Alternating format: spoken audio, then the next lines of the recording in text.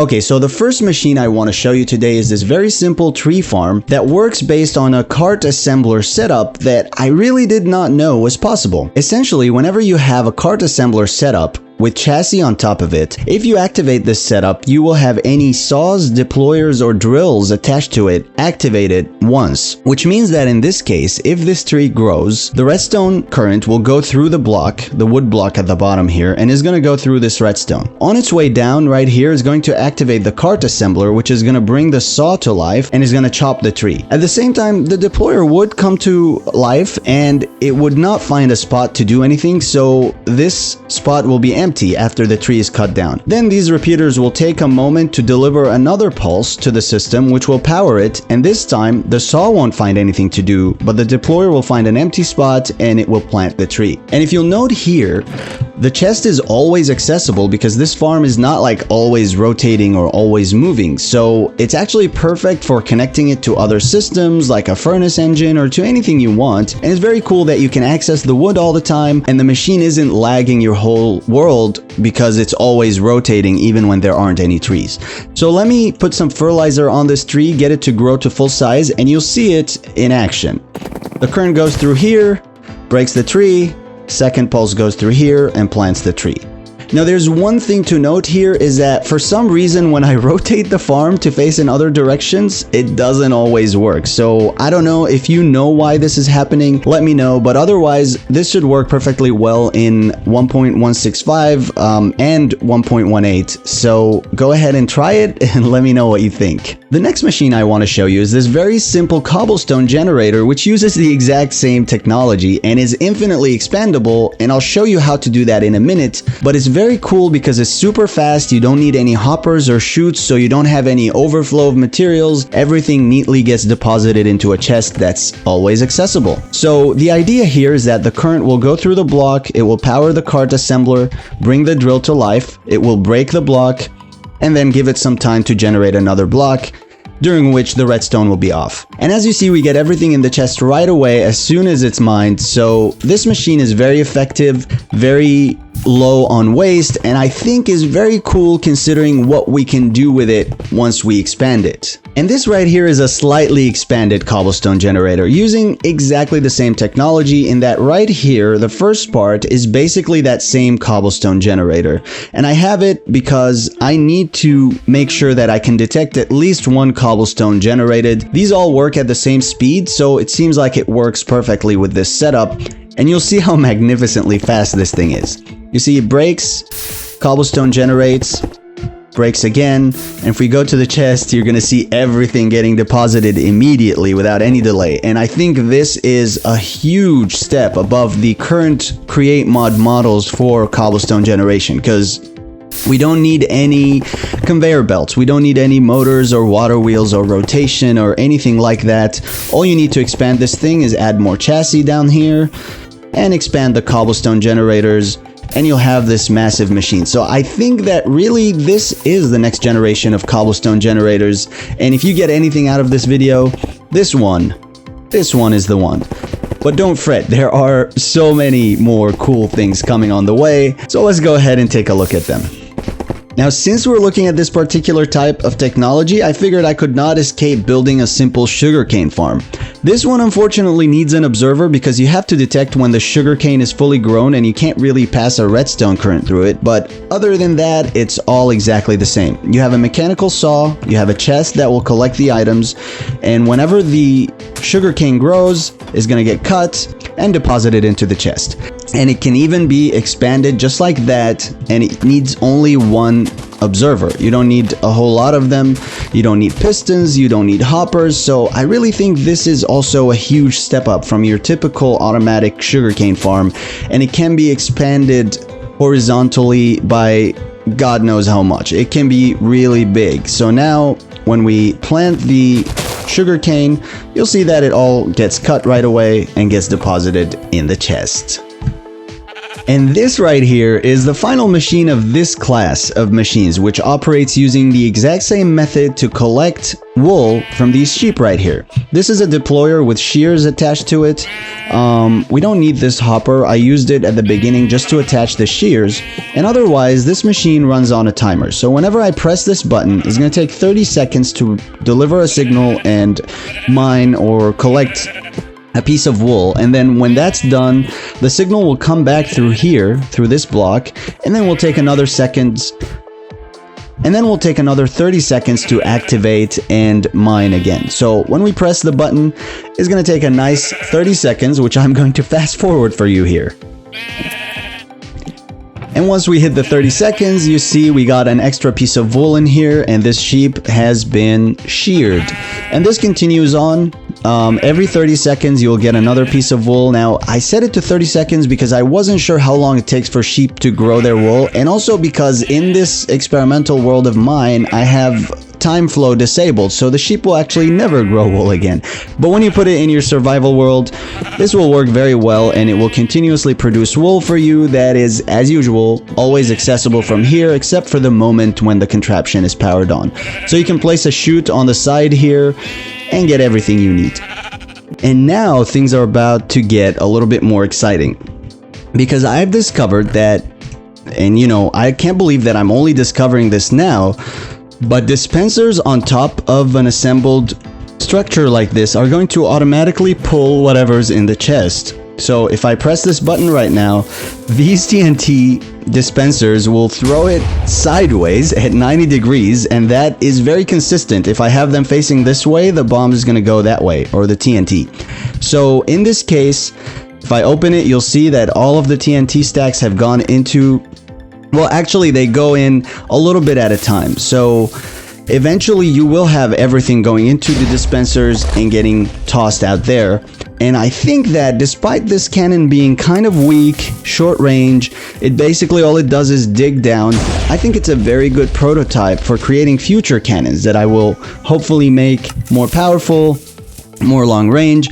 It is some sort of a cannon. If you place it at a very close range to an obsidian wall, I'm sure you'll be able to destroy it. So I'll leave you with this cannon for today, but if you think that this is a cool concept that I should explore more, let me know, or let me know if you have any ideas on how this can be better. But other than that, we're gonna go ahead and jump to the next machine, which in my opinion is a lot more exciting than this. This machine is actually yet another elevator design, and I really thought I was done with elevators and that I'd come up with all the possible ways, but you know, that was silly of me to think, because right here I've come up with a way to use a soul sand magma block elevator, and this is a soul sand block that's looking like this for some reason because of an issue with resource packs, but I guarantee you it is. And basically, whenever this system is flipped, the blocks are switched, the soul sand gets in there, and as you see, the cart gets pushed all the way to the top. And I've set it up with buttons. It's super simple. It's always the same button, so you can press this, and it has a somewhat realistic way of moving to it. Like a real elevator, it kind of shakes a little bit at the beginning, and then it goes down steadily to the bottom. So the same thing happens when you press this button, it's going to go up. And then I want to show you that this also comes by default with call buttons. If you press this button, you just want to make sure you're not standing here so you don't get crushed by the elevator.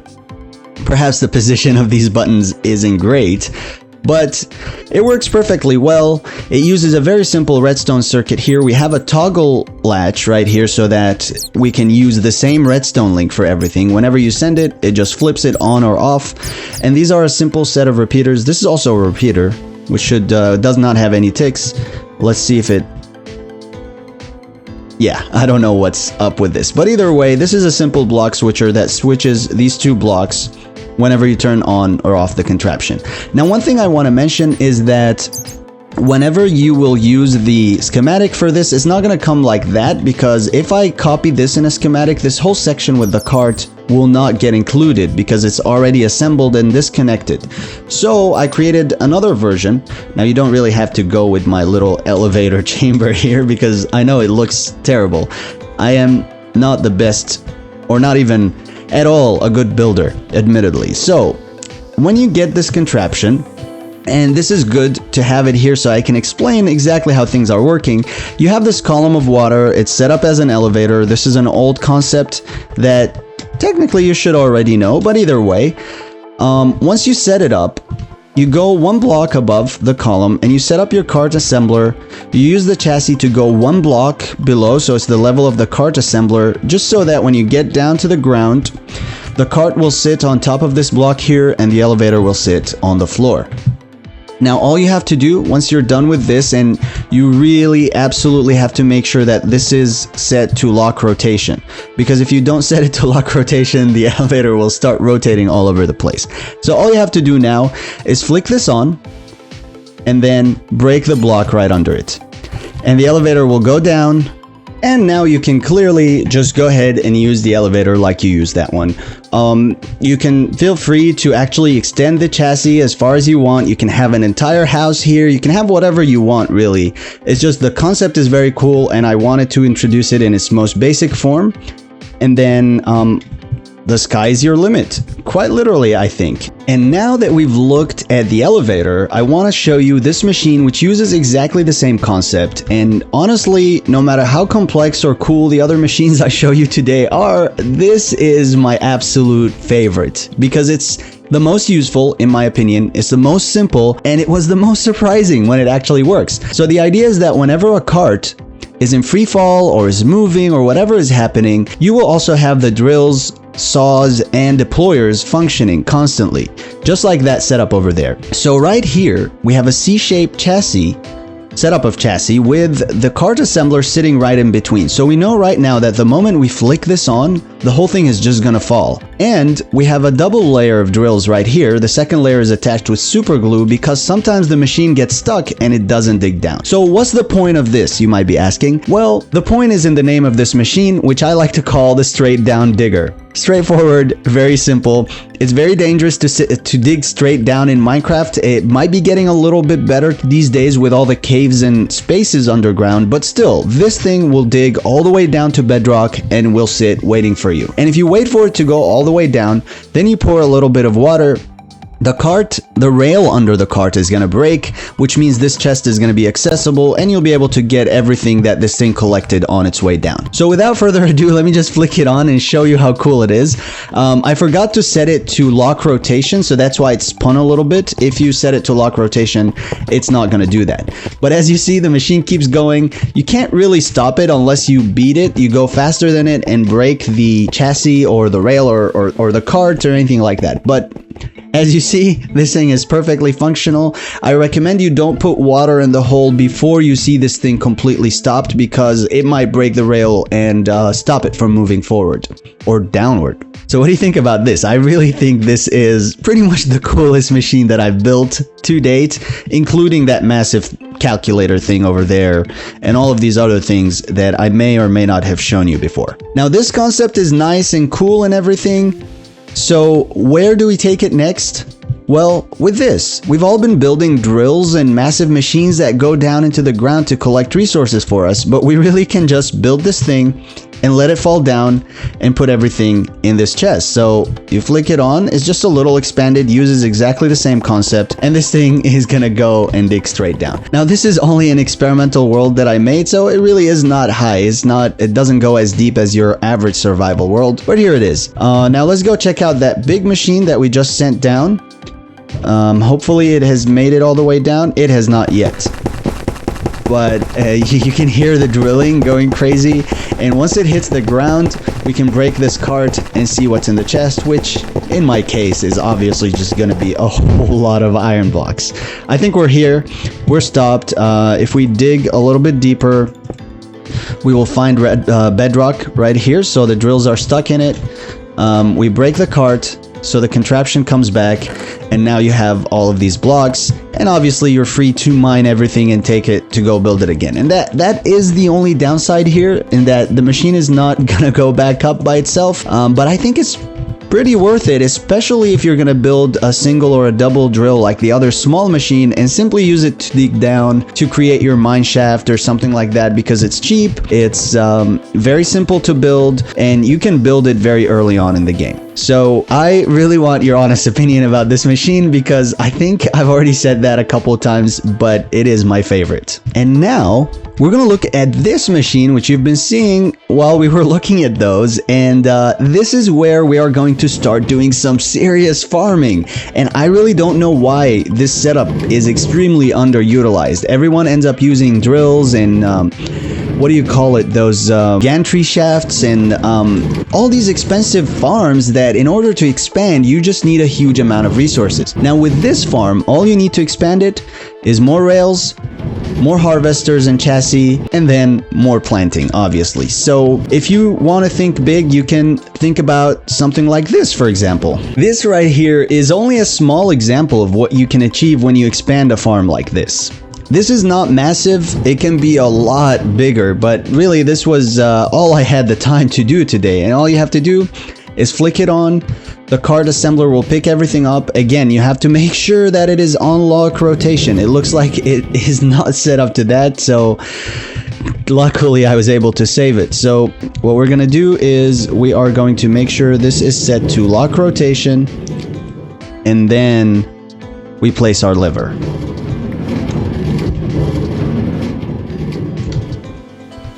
Now this should be safe, hopefully. I don't know why it went from lock rotation to not. Maybe it's because I upgraded Minecraft. And the good news is that every machine we're looking at today works in 1.165 and in 1.17 and 1.18. So I think that's pretty cool. Something weird is happening here with the shaders. I don't know what it is, but the farm is fully functional. If I get some bone meal, I can show you, and then we can explain exactly how this is working, even though it's super simple. Now keep in mind that the machine doesn't harvest on the way back, but I think that doesn't really affect the speed. It's actually super effective. The cart assembler is depositing everything here, or is it? Is it set a little bit too far? No. It's connecting, and it basically places everything here as soon as it harvests it. So honestly, like, this type of farming is probably much better than using drills or gantry shafts or anything like that, because it can go on forever. It is not using rotation, which means that, again, as far as my tests go, it creates a lot less lag than everything else. And this concept doesn't only work for wheat, it works for everything. So let's go ahead and look at some other farms that work this way. This tree farm right here uses the same technology as the wheat farm we just looked at. It's all exactly the same. I should have mentioned before that there's a little bit of an offset here, so that whenever I turn off the machine, it doesn't actually break a whole lot of the plants. And with a wheat farm, this is more important, because whenever you destroy it, you're gonna have to plant it by hand. But right here, it's not a problem because we have the deployers, so whenever I power it on, the deployers will plant the trees right back, and we're gonna end up losing a couple of saplings. And as you see, everything gets deposited here. Now, one thing to note is that for the portable storage unit, in the description from Create Mod, it says to leave it 1 block away, but I found that leaving it 3 blocks away actually makes sure that it only connects once. If it's set up closer, then it's gonna start connecting here, and then as it moves, it connects again, and then as it moves, it connects again, and it causes a lot of delays. So this is kind of the optimal distance between them. And of course, it's worth mentioning that this chest is always accessible as well, so you'll always have your trees. You're not gonna have to mess with this whole thing at all after you set it up and you let it go, and it's just super convenient. And now we are gonna start looking at the final class of machines that I created, and this unfortunately requires a little bit of rotation here and there, maybe just for this machine, but either way, this is the simplest one and I wanted to start with it, but I will show you some very cool things that depend on these same concepts. Now this is using deployers connected to a chassis system that is pointed towards a system that's not actually connected to the chassis, so it's interacting with these parts right here. And what's happening here is that this machine, which is a bread maker, as you might see, this is the final product right here, requires a little bit of manual startup. So basically, let's say that your crusher here is connected to a wheat farm, or you place the wheat manually in here. So we're gonna place the wheat and it's gonna start getting crushed. We want to make sure the farm is clear of anything when we're starting it. So there's no bread here, there's no dough here, there's nothing. And now we check out this chest and make sure there's at least some wheat flour, because you want to have a couple, and then after that the process will continue indefinitely. But whenever you run out of wheat flour here, you will have to restart the machine. And obviously whatever falls in here is going to get deposited in there. Now the reason we're using a chute and we're not depending on this chest directly is that this machine will actually be powered on more often than the other machines. So you won't have access to this chest all the time, although you could set up a chute or anything you want. This is the setup that I came up with. So now that we have the wheat flour here, we're gonna press the button once. Now what happens is you have wheat flour placed here and nothing placed there. Now this is all done via filters. This filter here tells this deployer to only work with bread and dough, and this deployer only works with wheat flour. So now that we've placed, now this is the final step of the manual startup process. So now that the dough is done, we just have to press the button one more time, and what you'll see is we got flour here, we got dough here, and we have a content observer waiting for this dough to turn into bread. The moment it turns into bread, it activates the machine again, drops another wheat flour here, it drops another dough here, and the bread goes into this chest, which is getting added here. So you'll see it's actually a pretty quick passive bread maker. It's very cool, I think, because it doesn't use a lot of chutes and funnels, and everything can be super compact. Now, just so you know, this is something that I'm only noticing right now, is that this deployer is not doing anything. This was before when I had them stacked on top of each other, but that proved to be a bit too complicated. But yeah, this is it. The cool part about it is that the rotation you need is just water wheel, a single water wheel powering the two fans and the crusher, and then everything else is not requiring any rotation, which I think this can save on a lot of stress units when you are starting on in the game. And I know that deployers, chassis, and all of these things are kind of cheap. The content observer isn't super cheap, but it still makes the machine pretty cool. Now this, like I said, is only a prototype for this technology, which I use to create some really cool machines, like an item sorter that uses 0 rotation and has 100% accuracy, no lag, no anything like that. And I also created an item search engine. So if you're curious about these two, stick around and we'll go look at them right now.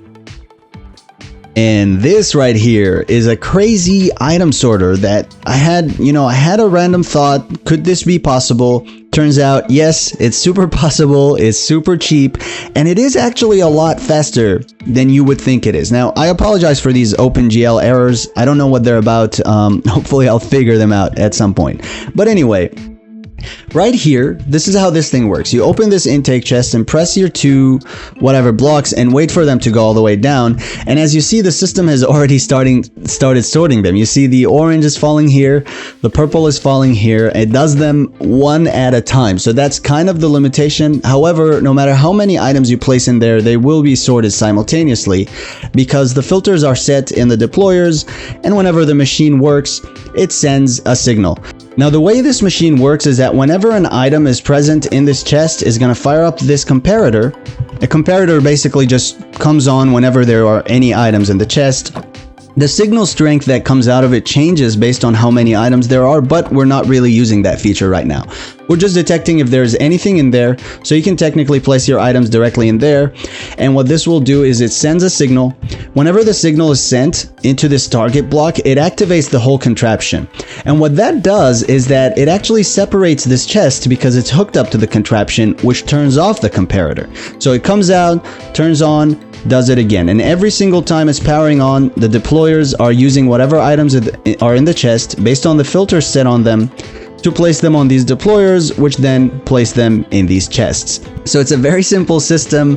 I don't know if it's super practical, but again, I really like it because it doesn't take rotation, and it's thus far the best rotation-free item sorter that I made, because the ones that I made before could kind of have lag or could have a lot of overflow of items once the chests are full, but this is just perfect, and you can actually hook it up to a silo system from the top, so these can be columns of chests and it would continue to work perfectly well. But other than that, I'm very proud of this build. I'd like to hear your opinion about it. Maybe if you see any downsides to it, something that I can fix or improve, or if you would actually consider using this a lot at all in survival, considering conveyor belts and chutes and all of these other simple components. And finally, this right here is the item search engine that I told you about. Now, this was very weird, and I really did not think it would work.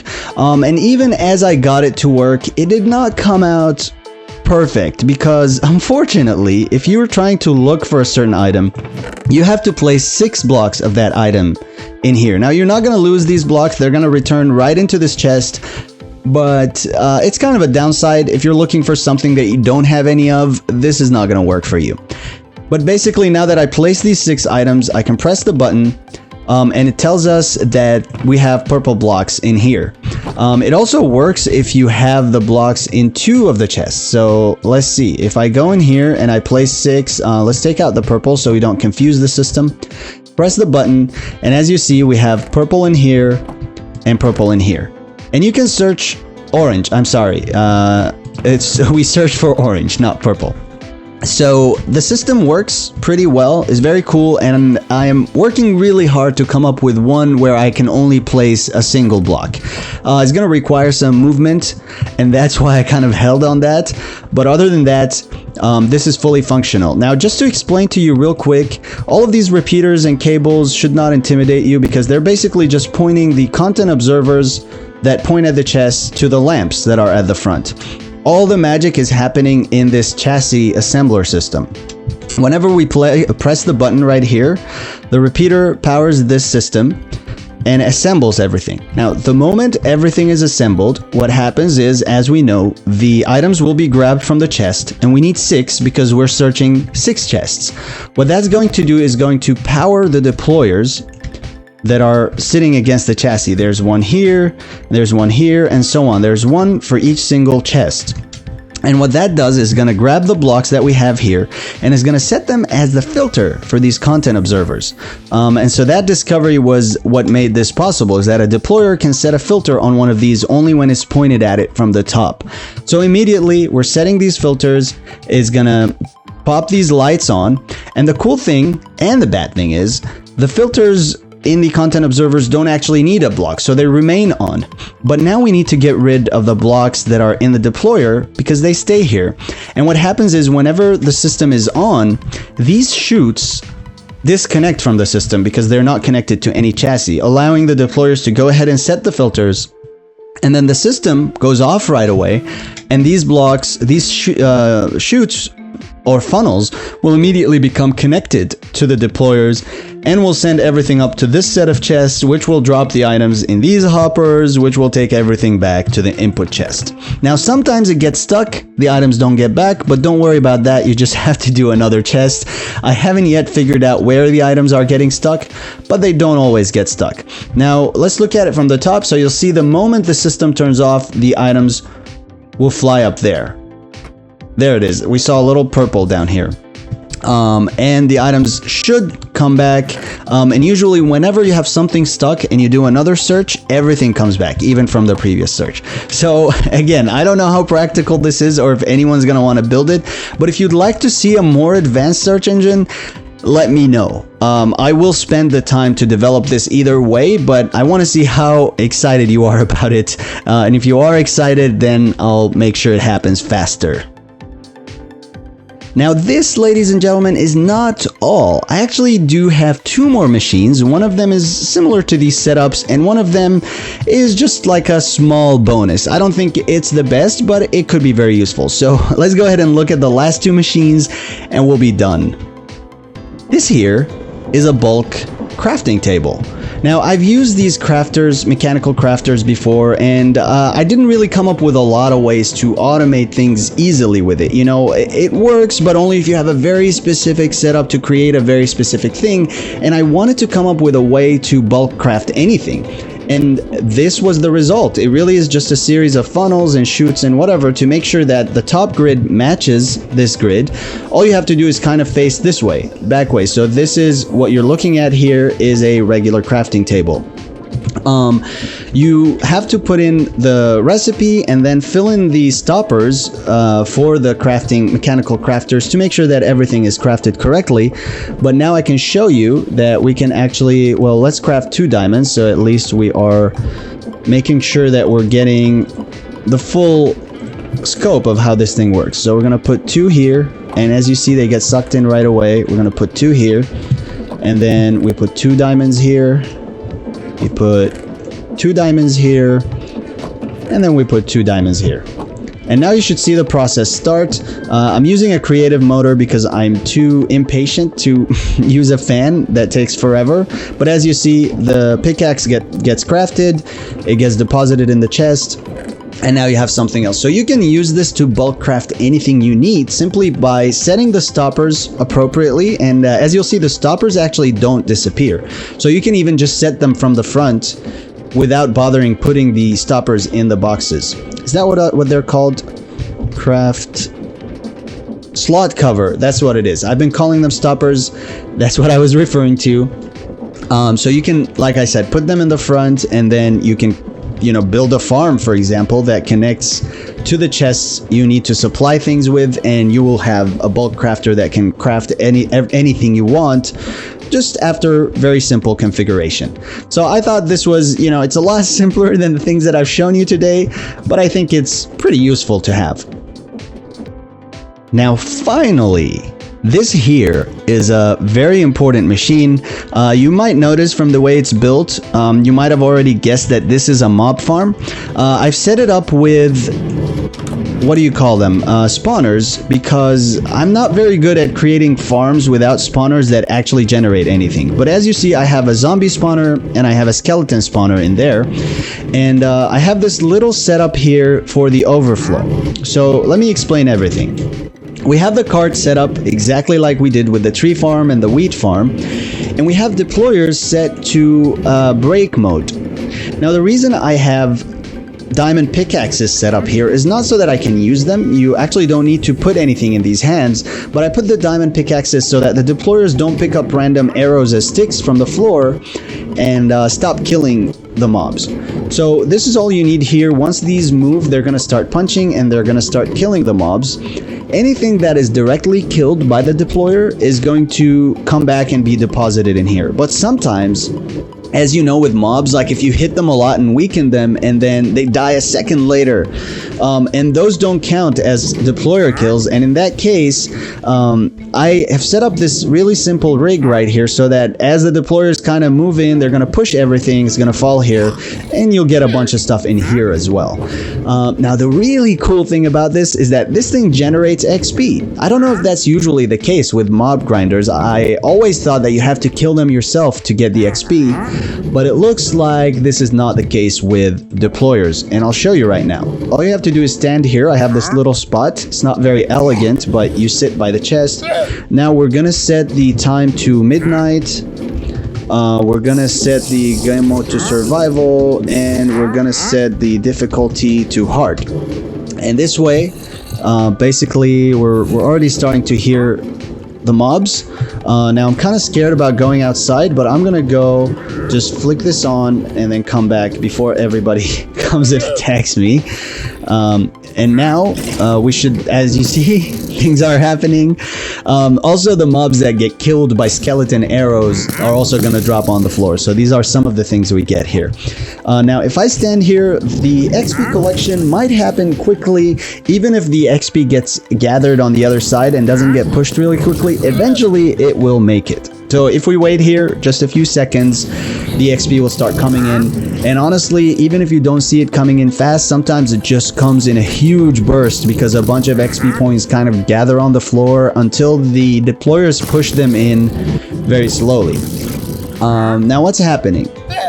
How come I am not seeing, oh god, this is dangerous. Oh, we can look from here. It's kind of taking them a bit to get killed, but eventually they will. There it is, and that's the XP coming in.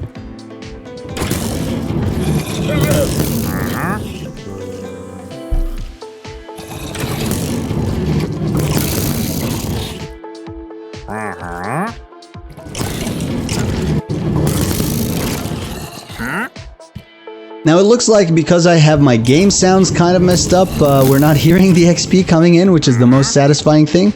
But this farm generates a lot of XP. Like you see a little bit coming in right now, but I'm pretty sure there's a bunch that's accumulated over there, and eventually these deployers will push them. I stood here and I got massive amounts of XP in just a couple of minutes. So as you see, we're on level 4 already. You don't need to do anything. It's perfectly AFK. I hope that you enjoyed this video. Thank you so much for watching today, and I will see you next time.